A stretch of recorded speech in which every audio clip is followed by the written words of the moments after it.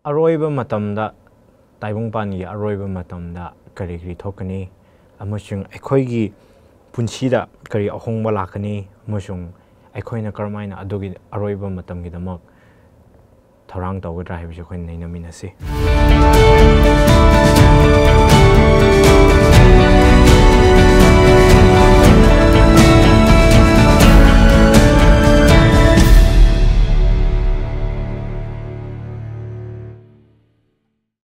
Manipuri Hope Channel da mayam butram no okchari ngasi lesson number 10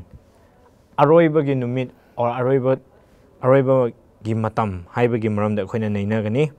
Mark chapter 13 verse 26 ka 27 digi ngasi gi memory text si de oigani aduga aigi khoi gi rakta aigi sister khampui amasung aigi brother chakhamlong mani bisu welcome tawjari aduna khoi gi discussion je haubi anaba aigi brother chakhamlong nang na pratna tawbi persona sakse taibang malem pun makpu semir bai pai show hazik nacha ekhoina ekhoi gi Sabbath school se naina gadori nang naha na yaubiraga ekhoi nang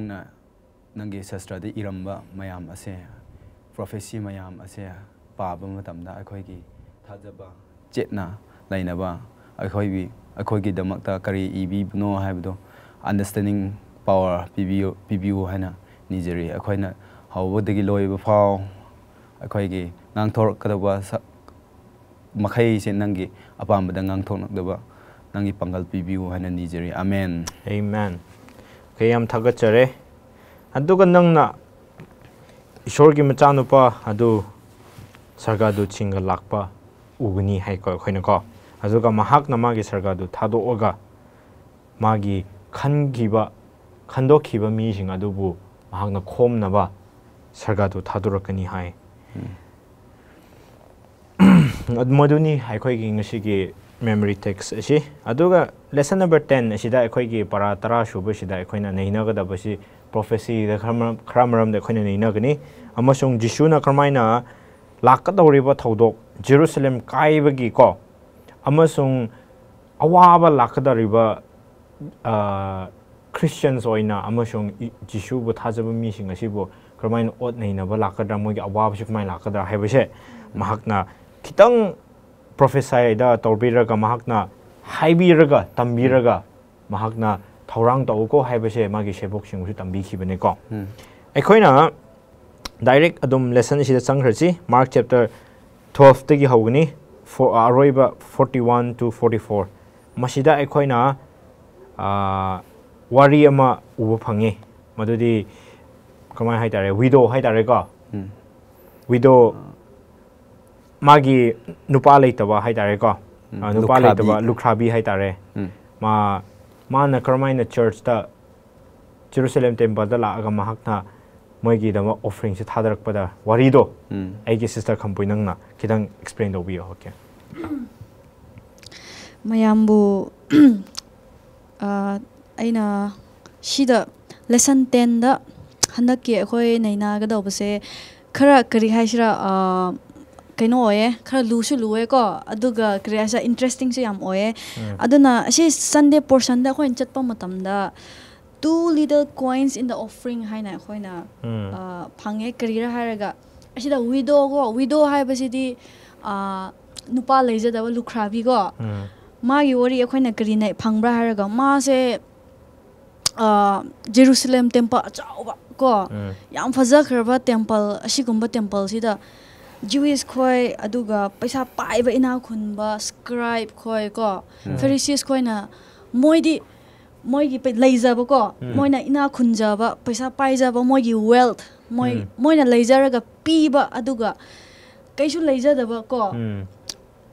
ma onda lairaba ma laisu leijadarsu ishorgi damak pige haina magi leijabase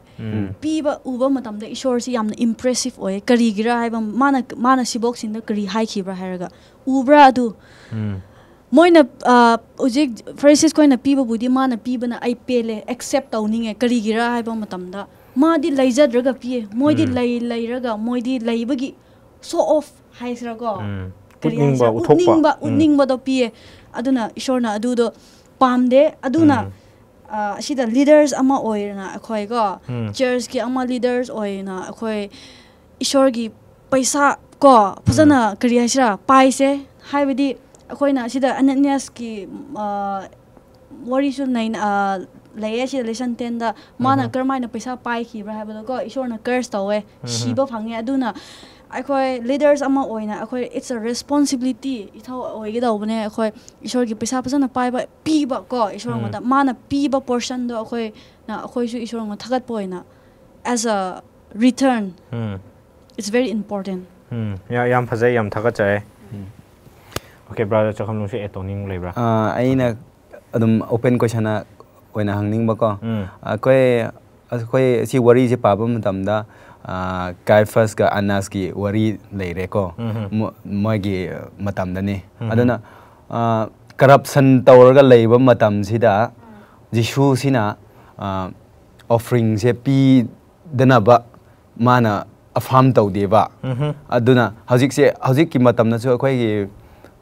matam sida offering pi ba matam sida church leaders sing sina misuse tawre haina akhoi pi da bada chumbra natraga adu church da pi da bida kana gombada church da pi the leaders sing misuse tawre aduna aide awa lairaba awa ba mi sing da pi rage hana dum pithok pa se sumgadra sine nai ani ge wakan da kai haning lai brother da aina hiding madi church ki already church ki akhoi na go hoje akhoi advantage na tawri ba su kri akhoi paisa se akhoi na mission da lai raba leijat raba church build taw ni akhoi mateng pangina ko asi ai chumbra khale loi adubu leader akhoi khangdaba mayam le go misuse tawba ishor ki paisa se corrupt tawba akhoi udaba mayam le adu phatte ha ba akhoi loina khange but then if you get this one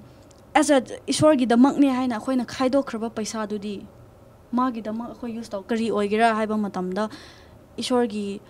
kari haisra magi damak ko chawkhatnaba mi gu mateng pangero anything purpose ko maram chana ba sizina ba se it's a very important yam chume aduga ngai brother hai khiu umna aduidi akhoina church ta pisiradi church ta pai ba paisa pai ba leader sing aduna mogi paining ba khushi da pai khani hai khoi ꯄꯤꯗ꯭ꯔꯁꯨ ꯌꯥꯕ꯭ꯔꯥ ꯍꯥꯏꯕꯁꯦ ꯑꯇꯣꯞꯄꯗ ꯑꯣꯏꯅ ꯑꯩꯈꯣꯏꯒꯤ ꯑꯗꯨꯝ ꯇꯥꯏꯠꯀꯨꯝꯕ ꯍꯥꯏꯇꯥꯔꯦꯀꯣ ꯑꯩꯈꯣꯏꯒꯤ ꯑꯄꯥꯝꯕꯗ ꯁꯤꯖꯤꯟꯅꯕ ꯌꯥꯕ꯭ꯔꯥ ꯑꯩꯈꯣꯏꯅꯁꯨ ꯃꯤꯉꯣꯟꯗ ꯄꯥꯡꯕꯤꯕ ꯌꯥꯕ꯭ꯔꯥ ꯍꯥꯏꯕꯁꯦ ꯑꯗꯨꯗ ꯑꯩꯈꯣꯏꯅ ꯑꯦꯗꯚꯦꯟꯇꯤꯁꯀꯤ ꯕꯤꯂꯤꯐꯇ ꯑꯩꯈꯣꯏꯅ ꯈ꯭ꯔꯤꯁꯇꯟ ꯑꯃ ꯑꯣꯏꯔꯒ ꯌꯥꯝꯅ ꯁ꯭ꯇꯔꯤꯛꯂꯤ ꯕꯤꯂꯤꯐ ꯑꯣꯏꯒꯗꯕꯗꯤ ꯆꯔꯆ ꯍꯥꯏꯕꯁꯤꯗꯤ ꯕꯣꯗꯤ ꯑꯣꯐ ꯈ꯭ꯔꯥꯏꯁꯅꯤꯀꯣ ꯏꯁꯣꯔꯒꯤ ꯃꯁꯥꯃꯛꯅꯤꯅ ꯑꯩꯈꯣꯏꯅ ꯊꯥꯖꯕ ꯆꯔꯆ ꯑꯗꯨ ꯂꯥꯟꯒꯦꯔꯥ ꯂꯥꯜꯂꯣꯏꯗ꯭ꯔꯥ ꯂꯤꯗꯔꯁꯤꯡ ꯑꯗꯨꯅ ꯄꯥꯏꯒꯦꯔꯥ ꯂꯥꯟꯅ ꯄꯥꯏꯒꯦꯔꯥ ꯄꯥꯏꯔꯣꯏꯗ꯭ꯔꯥ ꯑꯗꯨꯗꯤ ꯊꯅꯝꯃꯣ ꯑꯗꯨꯕꯨ ꯑꯩꯈꯣꯏꯅ ꯏꯁꯣꯔꯉꯣꯟꯗ ꯄꯤꯐꯝ ꯊꯣꯛꯄꯗꯨꯗꯤ ꯏꯁꯣꯔꯒꯤꯅꯦ ꯍꯥꯏꯅ ꯅꯪ ꯄꯤꯐꯝ ꯊꯣꯛꯄ ꯇꯥꯏꯌꯦꯕ ꯑꯗꯨꯕꯨ ꯑꯗꯨꯗ ꯃꯥꯅ ꯂꯤꯗꯔꯅ ꯃꯤꯁꯌꯨꯁ ꯇꯧꯋꯦ ꯇꯧꯔꯣꯏ ꯍꯥꯏꯕꯗꯨꯗꯤ ꯂꯤꯗꯔꯗꯨꯒꯤ ꯃꯥꯒꯤ ꯗꯥꯏ ꯄꯨꯒꯅꯤ ꯑꯗꯨꯒ ꯀꯟꯁꯔꯟ ꯑꯣꯊꯣꯔꯤꯇꯤ ꯀꯣ ꯃꯗꯨꯗ ꯐꯝ ꯄꯨꯔꯤꯕ ꯃꯤꯁꯤꯡ ꯑꯗꯨꯅ ꯈꯪꯖꯤꯜꯂꯒ ꯃꯣꯏꯅ ꯑꯗꯨ ꯄꯣꯏꯟ ꯑꯥꯎꯠ ꯇꯧꯒꯗꯕꯅꯦꯕ ꯑꯗꯨꯕꯨ ꯑꯩꯈꯣꯏ ꯂꯦ ꯃꯦꯝꯕꯔ ꯑꯃ ꯑꯣꯏꯅ ꯑꯩꯈꯣꯏꯗꯤ ꯑꯩꯈꯣꯏꯅ ꯄꯤꯐꯝ ꯊꯣꯛꯄꯗꯤ ꯑꯗꯨꯝ ꯄꯤꯒꯗꯕꯅꯦꯕ ꯄꯤꯐꯝ ꯄꯤꯕ ꯈꯛꯇꯪ ꯄꯤꯕ ꯅꯠꯇꯅ ꯑꯩꯈꯣꯏꯅꯁꯨ ꯑꯗꯨꯝ ꯄꯣꯏꯟ ꯑꯥꯎꯠ ꯇꯧꯔꯒ ꯍꯥꯏꯕꯤꯔꯝꯕ ꯑꯩꯈꯣꯏꯅ ꯑꯗꯨꯒꯤ ꯄꯣꯖꯤꯁꯟꯗ ꯂꯩꯔꯗꯤꯀꯣ ꯑꯩꯈꯣꯏ ꯅꯠꯇ꯭ꯔꯗꯤ ꯑꯩꯈꯣꯏꯅ ꯄꯣꯖꯤꯁꯟꯗꯨꯗ ꯂꯩꯇ꯭ꯔꯗꯤ ꯑꯩꯈꯣꯏꯅ ꯑꯣꯊꯣꯔꯤꯇꯤꯗ ꯂꯩꯇ꯭ꯔꯗꯤ ꯉꯥꯡꯐꯝꯁꯤꯁꯨ ꯊꯣꯛꯇꯦꯕ ꯑꯗꯨꯕꯨ ꯑꯩꯈꯣꯏꯅ ꯈꯪꯕ ꯍꯣꯏ ꯑꯩꯈꯣꯏꯅ ꯂꯩꯔꯤꯕ ꯂꯤꯗꯔꯁꯤꯡ ꯑꯗꯨꯕꯨ ꯑꯩꯈꯣꯏꯅ ꯉꯥꯡꯕ ꯌꯥꯔꯗꯤ ꯉꯥꯡꯒꯗꯕꯅꯤꯀꯣ ꯎꯅ ꯑꯩꯈꯣꯏ ꯉꯥꯡꯗ꯭ꯔꯗꯤ ꯑꯩꯈꯣꯏꯗꯁꯨ ꯂꯥꯛꯀꯗꯧꯕ ꯍꯣꯏ ꯑꯗꯨꯅ ꯑꯩꯈꯣꯏꯅ ꯃꯁꯤ ꯈꯪꯕ ꯉꯝꯃꯦꯀꯣ ꯑꯗꯨꯅ ꯑꯩꯈꯣꯏꯒꯤ ꯇꯥꯏꯠꯁꯦ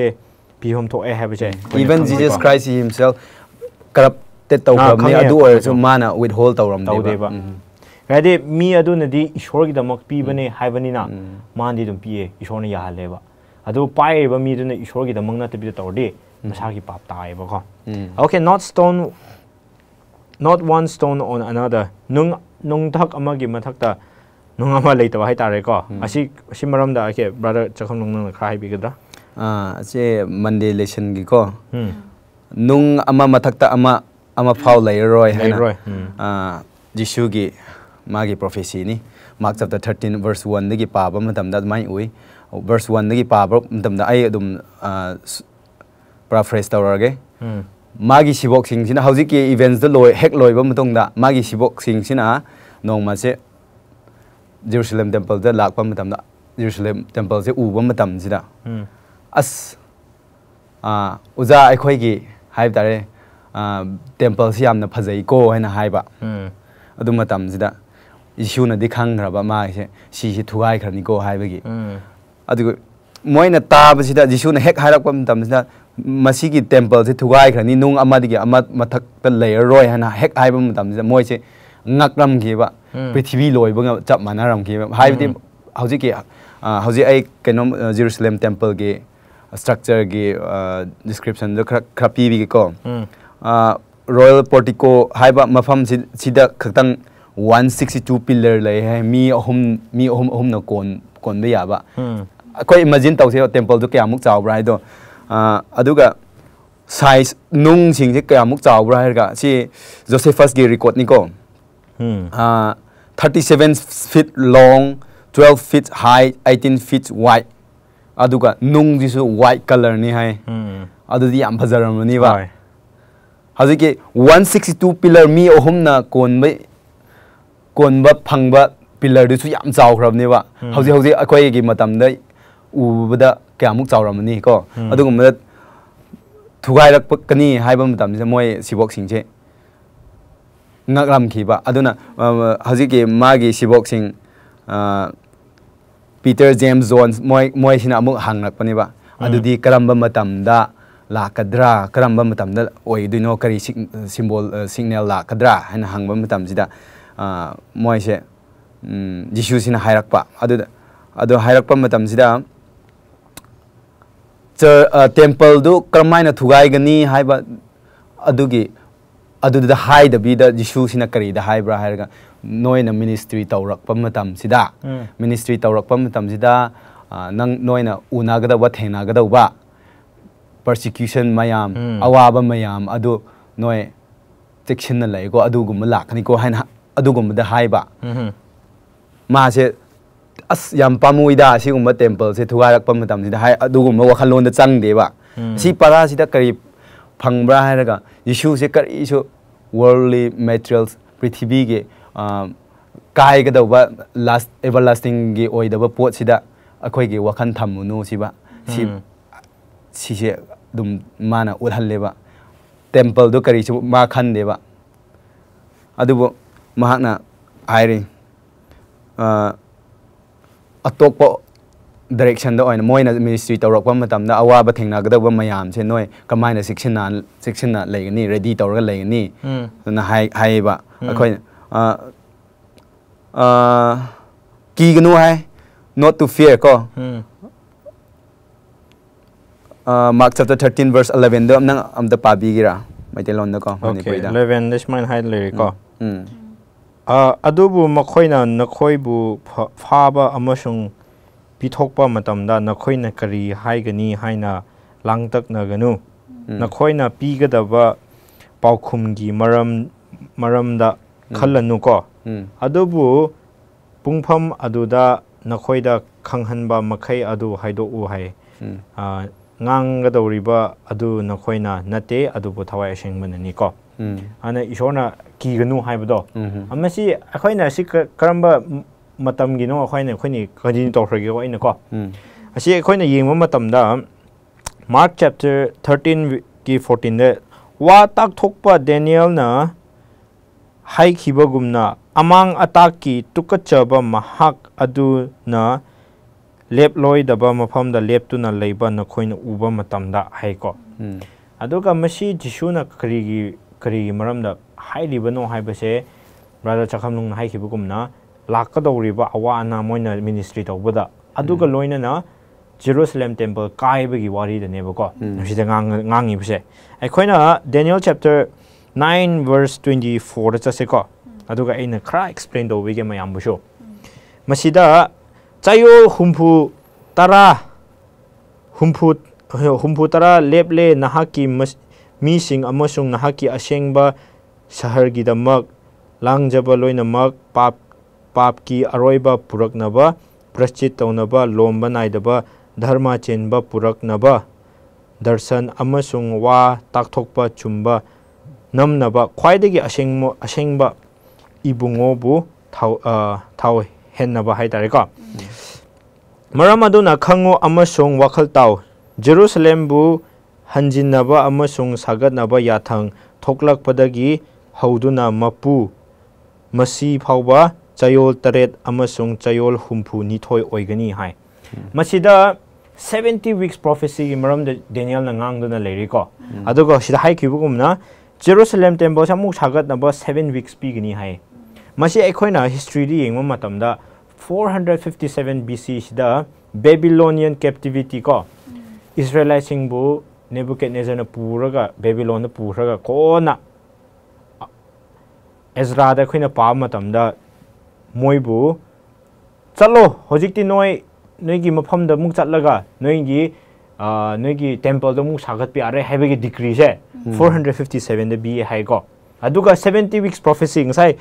70 weeks prophecy sigi Daniel chapter 9 verse 24 hai ki base masidi gi hawai ko maduga chayo taret je do masi phawba do amasung Jerusalem bu hanjinnaba amasung sagatnaba haibase chayo taret changi hai 7 weeks changi hai ba 7 weeks se khoina 7 days te yengma matamda 49 days oyeba adu khoina Ezekiel ka numbers ki matung ina 1 literal years yobo matamda 49 years lawe ko mase khoina u phange madudagi misida haidun leire chayol aduga masi phawba chayol taret amasung chayol humphuni thoi oigani hai asi karino hairaga 62 weeks sida haidun leire ko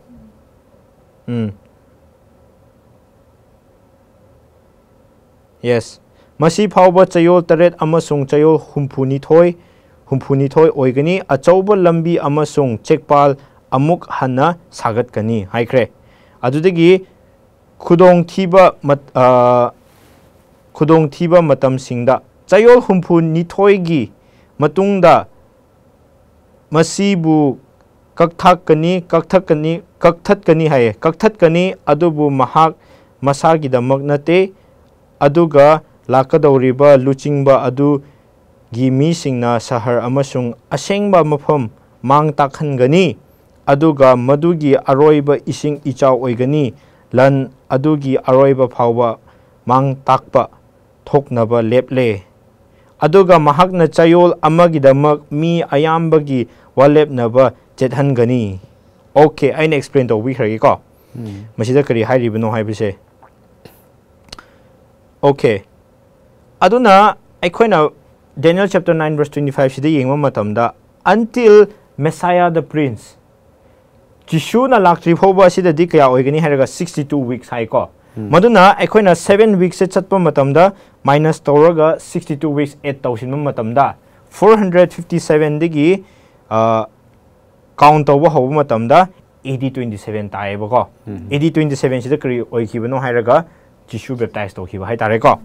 madudagi after the 62 weeks Messiah se kakthokani hai adu masagi damang nati hai ne adu bu lakadori ba mi singi dama kakthokpa se ma kaidong kakthokibano hai matamda AD 30 natra 31 mayai do ne ko tangkhai da hai bane ko tangkhai da ma kakthokib yeah exactly aduna after the 62 weeks Messiah shall be cut off adu hai kre chumkre adudagi di but in the middle of the week in the middle of the week he shall bring an end to sacrifice and offering hoji hai kibudo middle of the week hai di chahi ahum ga tangkhai oibane ba ana si AD 27 ma baptize tokre si kibase AD 30 31 si ma yai da ne ba adu chahi ahum tangkhai ne ba adu loire heraga he shall bring an end to the sacrifice and offering ko adugi on the wing of the abomination shall be one who make desolate hai ko masidigi ekhoina count tawraga hapta adugi losilakpa haitare losilakpa asi kaidongai no 7 weeks hai se kaidongai no hai matamda che AD 27 to 34 sineba si hai gibo sister na 7 weeks hai do tanghai do Jisu si sigre 7 weeks aroiba sida Stephen si bu hat kibaneba maduna ekhoina 70 weeks se thugai rakpa matamda 7 weeks 49 years temple sare 62 weeks Jisu poe tanghai da Jisu sire adudagi aroibada Stephen si sikibneba Stephen si sikibadagi Jerusalem sida Jews sing sibu moigi isho Jishu bu hat pi kre maduga loina na magi shebok Stephen sibu hat padagi moigi gospel je Israel khoi bu chatabida Jews khoi bu chatabida Gentiles rom na chakhi baneba madudi si Jishu no ubugi mahakna Daniel na ngang bi khibado noina phap tau ko haibase mahakna haibi khibane ko makoina aduna noina shu phap taramani 70 weeks prophecy se masidi continue to matamne khoina 1260 years ki prophecy somukle machine karidi gi hawuk pano haib matamda mathang chatlaga kona Roman power asina pop pangan pi hiba both hojiki ekhoi ge dharma romda amasung sarkar romda magi power se magi shakti se piraga Justinian Emperor mana Pope Vigilis pu power se piraga madudigi persecution se hawramne go madi dark ages ene khoina khangbase 1260 years 1260 days wahan gani ko haibase sida khoina u phange aduga masi kaidungwe loikhiba no haibase 1798 ta misi kari thokhiba na French Revolution da khoina Pope Pius VI General Berthier na laaga mabu jail la hapaga ma shi baneba ma she khoina history ji Jishu na ngangbi khiba amasung Bible da yauriba mayam masi khoina thokrak pase khoina ubu phange ko masi khoina da kari takpi bano hairaga ishor gi wa je aran ba masu leite habse khoina khangngame aduga mana thokani haiba poche thokpa khoina ubu phange ko maduna khoi gi aroiba du mahakna Thursday portion da khoina chabu matamda hoi matam su loitre ko the coming of the son of man Jishu na shu ma masa kamaina lakadra haibi muram du shu khoina khara aduda aroi bada anabani ni shu khara happy gadra music brother na su pazana naina khra ko khoi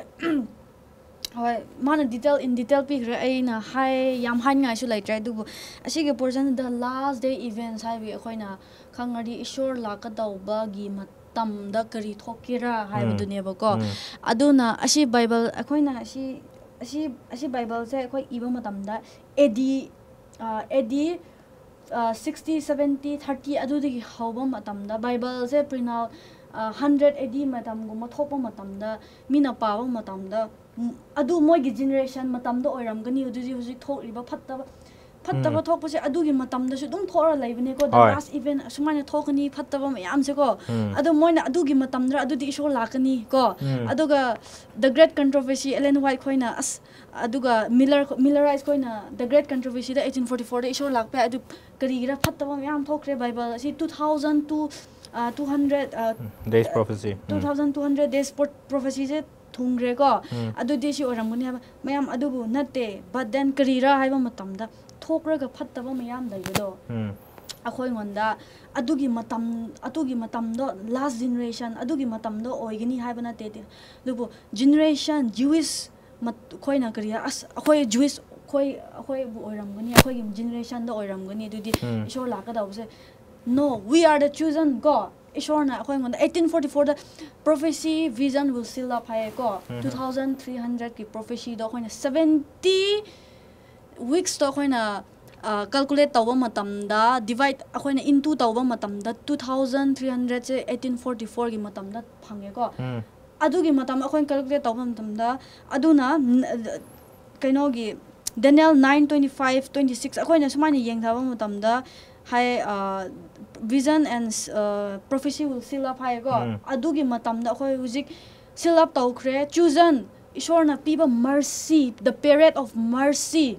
Jewish going the people loikre hujik the last event loikraba matamda chapter the close taw hujik ne is the last event akhoi prophecy seal up loina tawkhre paba phangba singba khoi duna paraga apply tawba ishor ngai hujik phattaba mayam thokriba se akhoi cheksin ningai ishor lakani ha ba se akhoi we should not dishearten but we should have the big hope that ishor lakani ha ba se yam phase ai gi matam su leitre ko khajitang ai gi Wednesday lesson da gi khra adum haptalam rage Mark chapter 13 je kari no haimam tam pa mam tam da Jesu gi matam da Jerusalem temple thugai mat adugi prophecy su yaw aduga second coming gi su yaw pulap ngang thorak pani ma isu na ngang thorak pa matam da mix up tawrak pa matam da akhoi di mi khrana distinguish tawba khena bado khang bangam da ba khara leiram ni adu so khara mana Jisu gi Jerusalem temple thugai rak pa matam da oi ga dau ba aduga khara mana second coming da oina preparation adugi matam da oi ga dau ba thok ga dau ba ngang ba adu su khadok pa maram tai ko Wednesday kano da Wednesday lesson du da aina lauthok ning ba ama khat le cause of following Christ is not easy ko akoi Jisu gi matung in ba hai je akoi gi free yamna nungai ra ba punsi na te ba karino ama de thengna ba tai ba challenge ama aduna akoi adu leitana oh ai Christian ni haina leira ga ko akoi se ai di karisu leite Christian form khaktang gi oina suppose Adventist ama akoi oina Sunday da Saturday da akoi thabak leire chu dum chat pa ai di Saturday khang de haina leire de adu de akoi di yare ba aduna akoi gi mi oi da punna ma ke Jisu gi matung in ba mi ama gi burden mam challenge amam loin dai ba makan tuan lei ba adu leitradi challenge leitradi nang kamain thengnari ba adu leitradi nang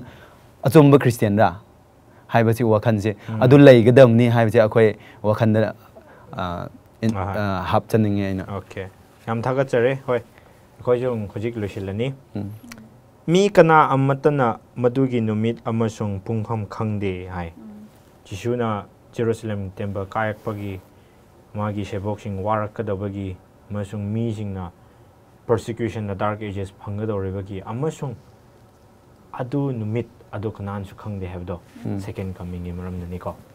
ana Jisuna ngang kiba amasung Daniel na prophesy tawbi khiba khumma thambadu Jisu siraga kakhat khraga taimung bandu urak pasineba khoina seal du hangdok khibado ko adu ai khoina prophecy je hangdok khibe je khoina u bhange ana ai khoi gi Bible gi wa si chumme ko Bible gi wa si chummi aduna ai khoi si thamsi aduga ai khoi gi punsi disu hena mamang chatnaba oisi ko loina mo ana yam thaga chare ai gi brother sister buso yengbi khiba mayam buso hena isorong hen nakpa amasung Bible hena pabum mi mam oisi am thaga chare amen amen